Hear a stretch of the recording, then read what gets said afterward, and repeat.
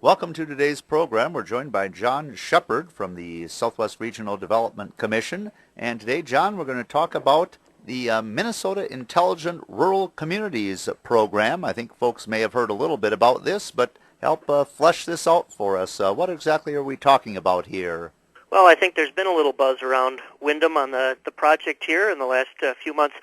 The Minnesota Intelligent Rural Communities program, or MIRC as we affectionately call it, is a initiative of the Blandin Foundation, Minnesota's Blandin Foundation. It's a $6 million project with about 20 partners all across the state. The core of the funding was provided by the stimulus funding, but it was looking at specifically at improving rural Minnesota communities.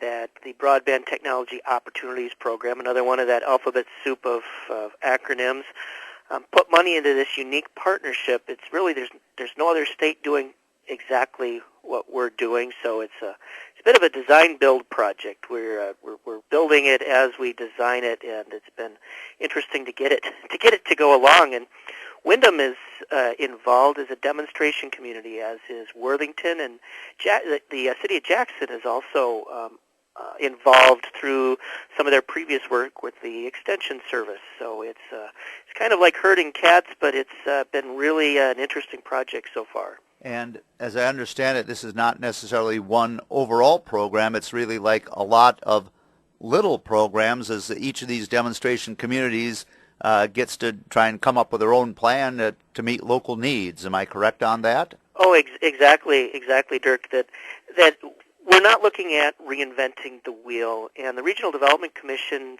across the state are involved as a way to try to help all of the communities in our region learn the lessons that are being tried in the demonstration communities like Wyndham. There are a dozen different communities across the state.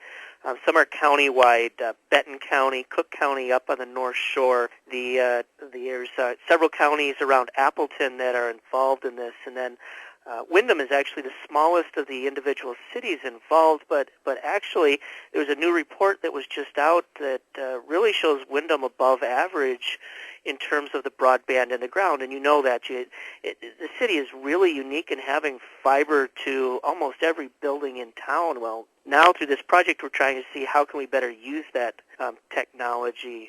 Worthington has some other advantages in trying to see how they can build on those with some of their work with biotechnology, and also just an extremely diverse community there in Worthington, and this really triangle of prosperity, trying to get between Wyndham, Worthington, and Jackson, and take advantage of what's there now, but also what's coming soon with the Southwest Minnesota broadband services, and just trying to do better with what we have. Well, give us some examples. What are some of the projects that are being developed under the Minnesota Intelligent Rural Communities program? Well, on the statewide basis, we're really using this to expand on some things that we've been working on before and bring them out to more people. That they're looking at ways that we can get enhanced public access at workforce centers. As you know, the economy has been a little tough around the country recently, and trying to find ways that we can both extend hours for people looking for work at the existing workforce centers, but also ways to get those resources out in the communities, and that's an ongoing effort. Another project is focused around helping businesses use the internet more effectively, specifically in the renewable energy sector. The MINRIM folks are looking at ways that they can both do online training, but also get some of that out into different regions, and that's really just getting off the ground right now. There's a huge effort by the University of Minnesota's Extension Service, and this just overwhelms me, the amount of outreach Extension can do in a short period of time. They've already held a couple of meetings in Wyndham and Worthington and Jackson. They have the next round coming up. It's called Marketing Your Website. It's going to be held Monday, March 28th at the BARC Center in Wyndham. And there's a small donation to help offset the cost of the room there. But if anybody interested in that could contact the BARC, the folks at WEC and BARC there. The marketing, your website looks at how do you go beyond just throwing something on the internet, but how can you actually take advantage of search engines and marketing to turn that into something with a little more return, a little more interactive.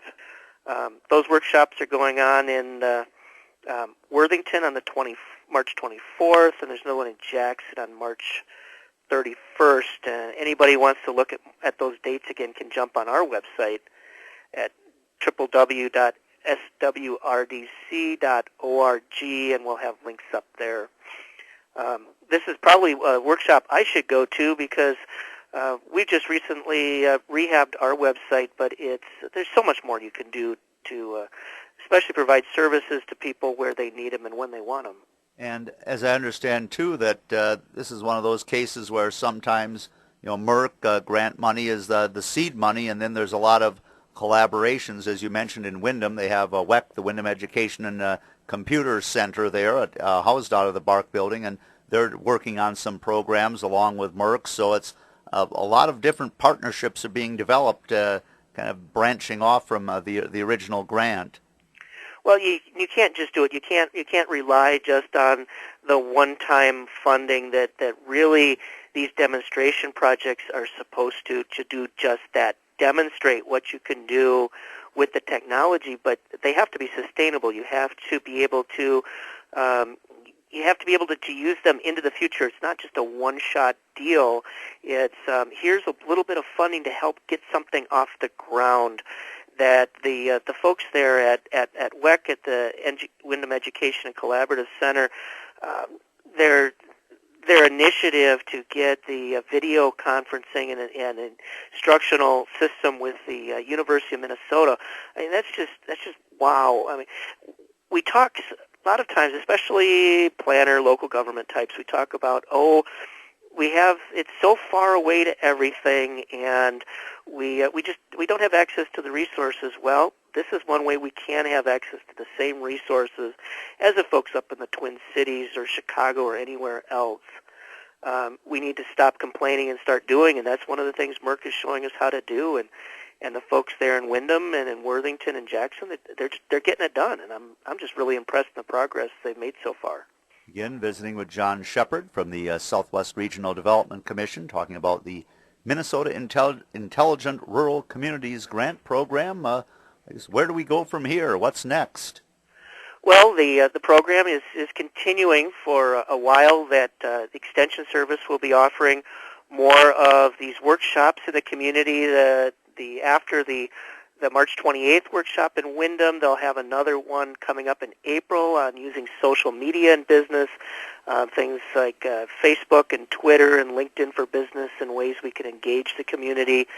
Also, I'm very excited that the Intelligent Community Forum, it's a global organization that looks at growing communities in the next economy, just completed a fresh off the press report on the demonstration communities, and Windham was ranked above average, particularly because of the broadband penetration, but they came up with some specific agenda items that the community can look at implementing to improve their standing with an economic development community, and also help people who want to start things and stay in southwest Minnesota. So it's going to be interesting to see more results of that analysis. John Shepard from the Southwest Regional Development Commission. Thanks for the information, sir. We'll talk to you down the road. Well, appreciate everything KDOM does for southwest Minnesota. Thank you very much. Bye now. And that's our program on KDOM.